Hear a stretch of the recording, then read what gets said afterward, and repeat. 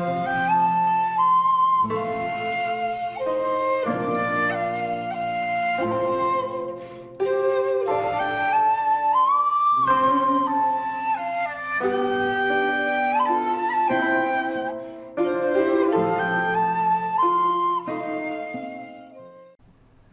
there, this is Solitary Ronan from Solitary Ronan Films, and welcome to another random review. Today's random review is from 1947, and it's Pursued, with Teresa Wright and Robert Mitchum, directed by Raoul Walsh. This is an Olive Films Blu-ray, Region A, and this has an introduction by Martin Scorsese. You can say what you like about his films of the last 25 years. He's a pretty good judge of whether a film's any good or not. Perhaps maybe not his own, but certainly other people's. This is a western, but it's a very strange western. As Scorsese says, it might be the first noir western. It was shot by James Wong Howe, who of course did Sweet Smell Success and many other films. So the film looks stunning, especially on Blu-ray. The day for night shooting is amongst the best day for night you'll see. There is very noir compositions, even in the broad daylight scenes. The film, because a lot of people who don't like westerns kind of say that westerns are just simple, they're about good and evil, and they're not very complicated or don't have any depth to them. And that's true to a large number of westerns, but the really good ones have a lot going on, and Pursued has a lot going on. So it's a noir western, it's a melodramatic western, it's a psychological western, it's a Freudian western. There's a lot of stuff going on. It was edited by Christian Nyby, who would later go on to direct The Thing from Another World in 1951. Robert Mitchum is doing Robert Mitchum things in it, as you'd expect. He's wonderful in it. He was age 30 when he made it, and it's hard to believe in 1947 he made Pursued. He made Crossfire with Robert Ryan, which is a wonderful film, and he also made Out of the Past, directed by Jacques Tourneur, or Build My Gallows High as I prefer to call it. So it was quite a good year in 1947 for Mitchum as far as films are concerned. He plays a character who's hiding out in this rundown, burnt out ranch, and Teresa Wright, who is a woman who cares for him, is trying to get him to run away, and he tells his story in flashbacks. So as a child, he was saved from this ranch by a woman, and taken into her family with Teresa Wright's character and her brother, called Adam. The mother is played by Judith Anderson, who's very good, because obviously she has a role from the time Robert Mitchum's character was like 5 or 6 up until age 30, so she gets her hair gets greyer. I suppose in those days they just put flour in her hair or something to make her grey hair. And again, he has this recurring dream or a nightmare with very silvery spurs in it, and just seeing people's feet, because again he's in a trap door, so he just sees whatever happened. And it's wonderful because we don't actually find out what happened to him until the very end of the film. There's no other callbacks apart from visions of spurs in his mind. So Mitchum's character is always haunted by this. He wants to know the truth of who he is, why he got there, but he's always got a compulsion that he feels he's being chased, or pursued, throughout his life. So he has this barrier. He can't feel love for the family that brought him up, because he always has this thing in the back of his mind. And he has a relationship with Adam, his stepbrother, essentially, which has a lot of friction to it. There's a lot going on. Adam and Teresa Wright's character, you have a feeling that Adam has a little bit more than a brotherly love for her.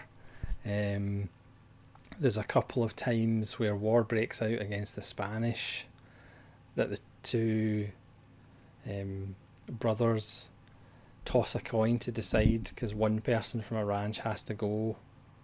That's kind of state law. And Robert Mitchum, so they toss a coin, and Robert Mitchum loses, so he ends up going to war.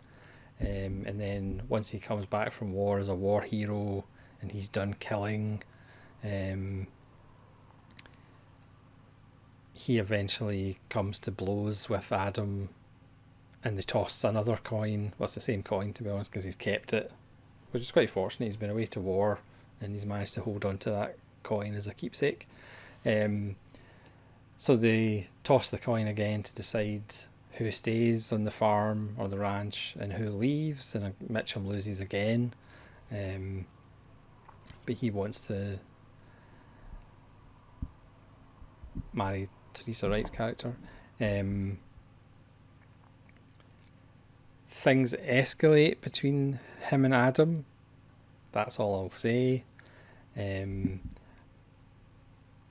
Jeb, which is Robert Mitchum's character, eventually is seen as an outcast, and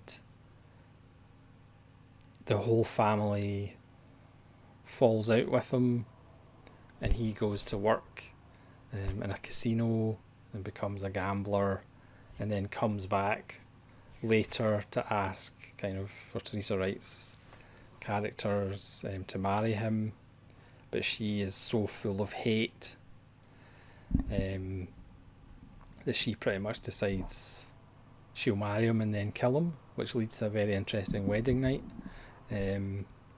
Meanwhile, I said there's quite a lot going on in this. Meanwhile, you have Dean Jagger's character, who early on in the film, when Robert Mitchum's character is only like 7 or something, he's out riding on a horse, and somebody shoots at him and kills the horse, and it turns out it's Dean Jagger who wants to kill the boy. There is some biblical stuff with like Cain and Abel, and Dean Jagger's character wanting to eliminate all the people, the Rands, Robert Mitchum's last name. And it turns out Dean Jagger, like I say, he loses an arm because of what happened at the ranch, but we don't really know what happened at the ranch, or why it happened until later in the film, which I won't go into. You'll have to watch it yourself. But Dean Jagger just gives an amazing performance as this one-armed man who's a attorney or a justice of the peace or something, who just drifts in and out of the film, winding people up and basically poisoning people's minds. He's almost like Iago from Othello, essentially, as he kind of winds all these people up to try and kill Robert Mitchum, or get Robert Mitchum into trouble. It's, he starts on Adam and poisons his mind, and then he starts on a store clerk, I think, and poisons his mind, and questions people's masculinity and stuff to let Robert Mitchum get away with this or that. It's a wonderful performance. and then everything comes back full circle at this burnt out ranch. When Robert Mitchum finds out, he finally, which is quite convenient because it's near the end of the film, it finally clicks with him what happened that night that gave him the recurring dream. I would say the ending is perhaps affected a little bit by the Hays Code, but not overtly, so it doesn't ruin the film or anything like that. But there's so much going on. There's so much depth to it. People's characters change so much. Actors always like, character arcs, but just about all the characters, with the exception of Dean Jagger, who's pretty much, I want to eradicate everybody with that surname. Teresa Wright's character, for example, she starts off as your typical kind of Western love interest, but then she changes and she gets great scenes when she just talks about all the hate within her, and how she wants to get revenge on Mitchum by essentially letting him marry her and then killing him herself. The mother who took him in and gave him love and tried to bring him up, there's a point where she changes her attitude to him as well. So it is wonderfully written. Again, one of the things that does age these westerns of the 40s and 50s can be the score, and again, Max Steiner's score is a little bit overly melodramatic, but again, that's just the music at the time. But it looks gorgeous, especially the day for night stuff, or even the night shoot stuff. So it's part noir, part melodrama, part psychological drama, because again, Mitchum's character is always going on about, feeling like an outsider, feeling pursued. Why does he seem to be quite good at killing? Is that something he's born with? Dean Jagger's character talks about how, all of the Rands, part of the reason why he has to eradicate them is because, they don't know any better. Their just instinct is just to kill and just... But again, once we find out why Dean Jagger is so obsessed about this, you might not be able to relate to him, but you can understand why he's like that. All the characters have their motivations and why they do the things that they do. Even like the guy who runs the casino, he's a well-drawn character. So again, there's lots of westerns that are simple. There's lots of westerns that have two-dimensional characters. There's lots of westerns that don't have much for their female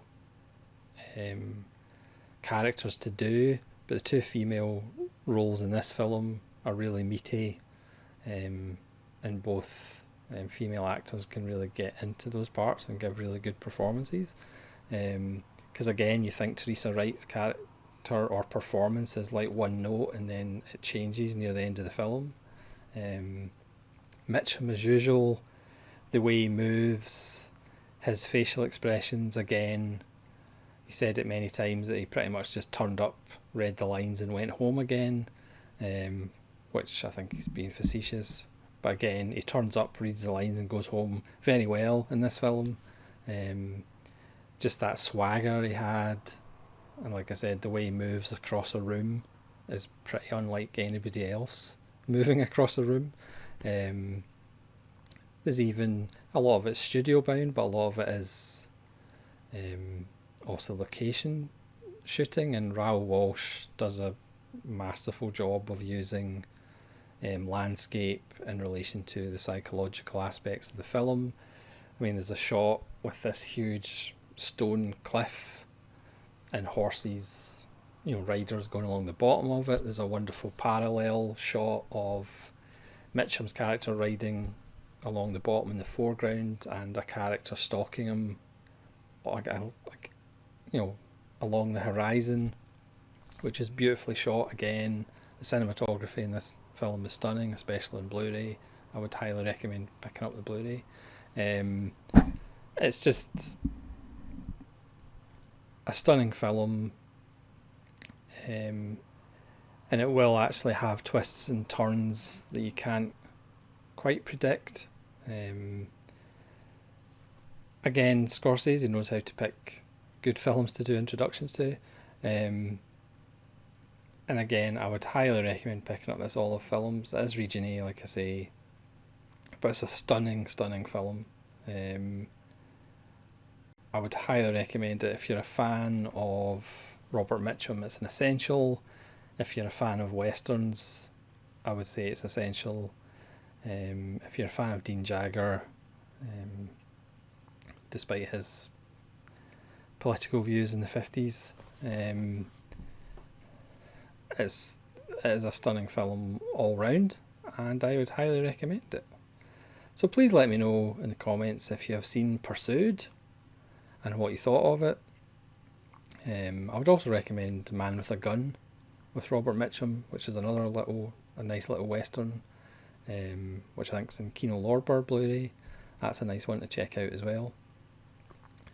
But yeah, hopefully you enjoyed the video, and hopefully you'll pick up Pursued, because it's well worth your time. And hopefully you'll join me again for more random reviews. This is Solitary Ronin from Solitary Ronin Films, saying farewell.